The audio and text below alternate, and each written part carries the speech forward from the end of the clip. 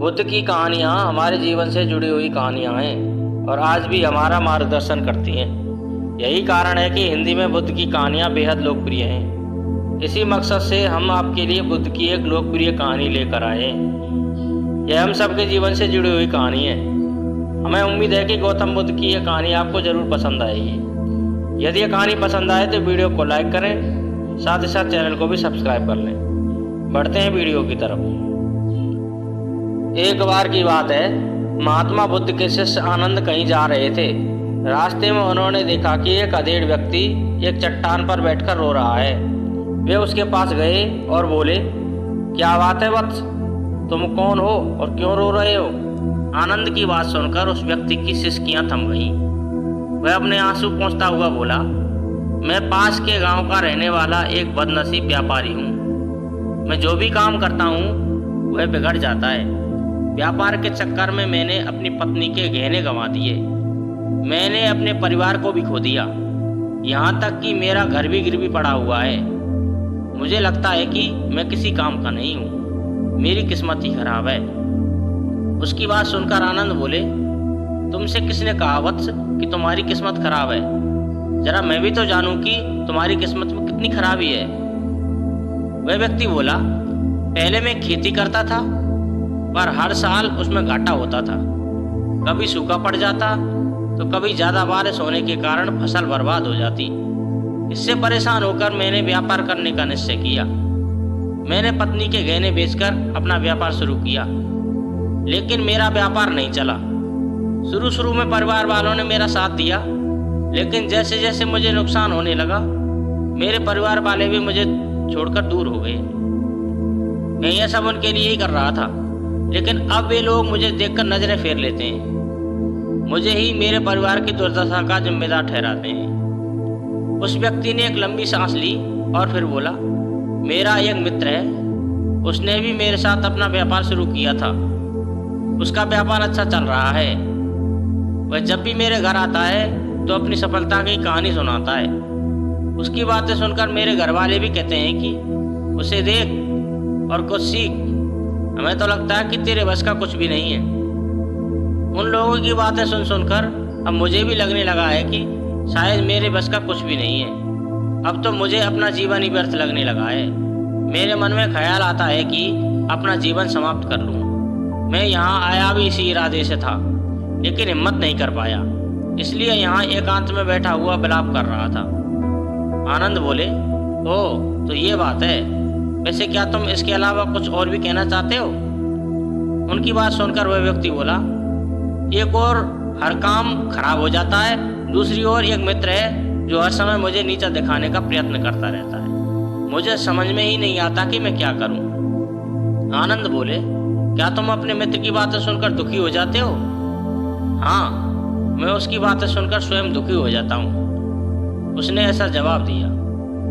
आनंद ने पूछा, तुम्हें किस बात का दुख होता है? अपने असफल होने का या फिर मित्र के सफल होने का? उनका सवाल सुनकर वह व्यक्ति एक पल के लिए सोच में पड़ गया। फिर बोला, अगर सच कहूँ तो मुझे अपने असफल होने का उतना दुख नहीं होता है जितना कि मित्र के सफल होने का होता है। अर्थात यदि तुम्हारा मित्र असफल हो जाए तो तुम्हें खुशी होगी? आनंद ने प्रश्न किया। वह व्यक्ति बोला, हाँ, मुझे बहुत खुशी होगी। इसका मतलब है कि तुम्हारी खुशी तुम्हारे मित्र पर निर्भर है। आनंद बोले, अगर वह चाहे तो तुम्हें खुश कर सकता है और अगर वह चाहे तो तुम्हें दुखी कर सकता है। तुम स्वयं से ना तो खुश हो सकते हो और ना दुखी हो सकते हो। अर्थात तुम अपने मित्र के गुलाम हो गए हो, इसलिए तुम्हारा कुछ नहीं हो सकता। ऐसा ना कहें महात्मन, उस व्यक्ति ने हाथ जोड़ करके कहा। आपकी बातें सुनकर मुझे कुछ आशा बन रही है। आनंद बोले, जब हम किसी से आशा बांध लेते हैं तो उस पर निर्भर हो जाते हैं। ऐसे में हमारी खुशी और दुख भी उस पर निर्भर करने लगता है। इससे बेहतर है कि तुम अपने आप से आशा बांधो। जब तुम ऐसा करोगे, साथ ही पूरे जतन से काम करोगे, तो तुम्हें सफलता अवश्य प्राप्त होगी। कहते हुए आनंद ने एक पल के लिए उस व्यक्ति की ओर देखा, फिर अपनी बात आगे बढ़ाई। तुम्हें लगता है कि तुम्हारा मित्र तुम्हें दुखी करने आता है, पर अगर विचार करो तो वह बातें तो सच्ची ही कहता है। वह अपने संघर्ष और अनुभव की बातें बताता है। तुम उन बातों से बहुत कुछ सीख सकते हो। तुम्हें इसके लिए उसका धन्यवाद करना चाहिए कि तुम्हें घर बैठे अनुभव मिल रहे हैं। तुम उन अनुभवों का लाभ उठाओ, नई शुरुआत करो, कर्म करते जाओ, हार मत मानो। एक दिन सफलता तुम्हें अवश्य मिलेगी। आज तुम जिसे अपना बुरा वक्त या बुरी किस्मत कह रहे हो, एक दिन यह बदल जाएगी। इसी के साथ तुम्हारे विचार भी बदल जाएंगे। और देखना, जब तुम्हारा अच्छा वक्त शुरू होगा तब तुम्हारा मित्र तुम्हें अपनी सफलताओं की कहानियां नहीं सुनाएगा,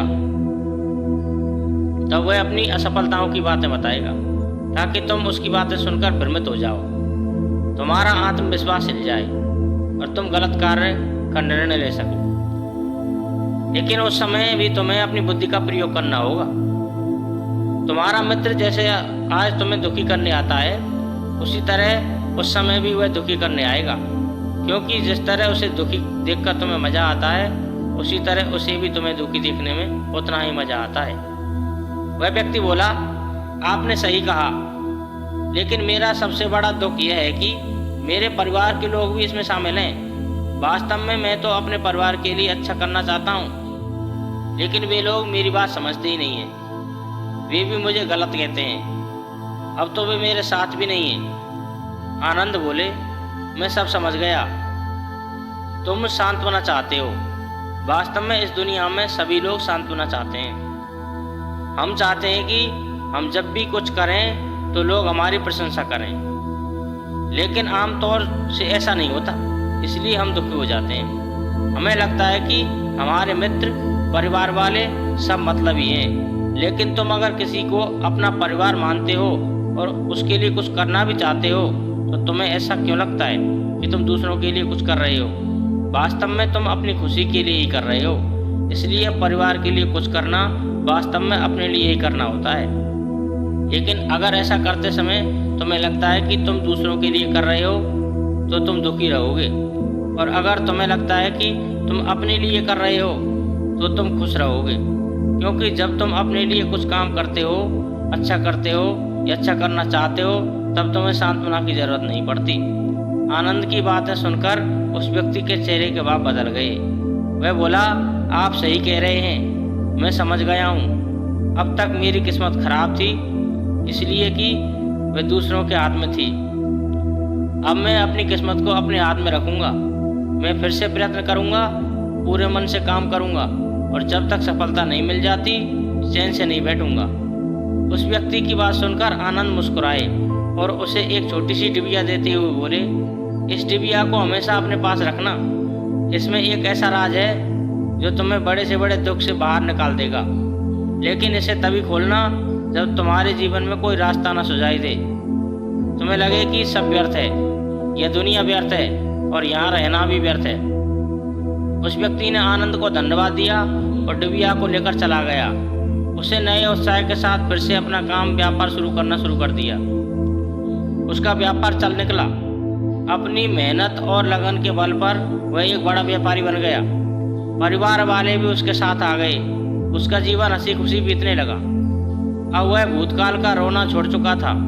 वह भविष्यकाल की चिंता नहीं करता था, बस अपने वर्तमान को संभालने में लगा रहता था। और जो कुछ भी वह करता था, वह अपने लिए करता था, अपनों के लिए करता था। इसलिए वह प्रसन्न था। उसके जीवन में अब कोई दुख नहीं था। लेकिन वक्त हमेशा एक जैसा नहीं रहता है, वह बदलता रहता है। उसके जीवन में भी बदलाव आया। एक दिन उसके राज्य पर पड़ोसी राजा ने चढ़ाई कर दी। उसने इस राज्य पर अपना कब्जा कर लिया। उसके सैनिकों ने चारों ओर लूटमार मचा दी।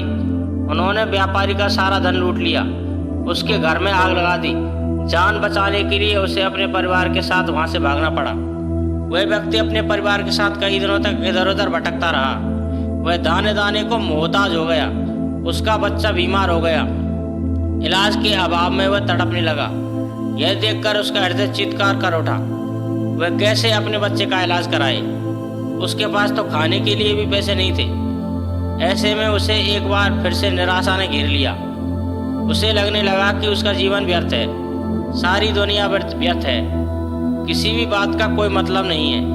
भले ही आप जीवन में कितना भी कुछ कर लो, कितनी भी सफलता हासिल कर लो, पर अंततः यह जीवन समाप्त होता ही है।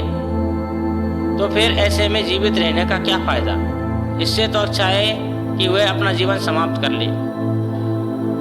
लेकिन तभी उसके दिमाग में आनंद की दी हुई डिबिया की गोंद उठी। उसने उत्सुकता के साथ उसे खोला। डिबिया के भीतर एक पर्ची रखी हुई थी। पर्ची पर कुछ लिखा हुआ था। उसे पढ़कर उसकी आंखों के आगे छाया निराशा का अंधेरा छट गया और वह मुस्कुरा पड़ा। पर्ची पर लिखा हुआ था, यह समय भी बीत जाएगा।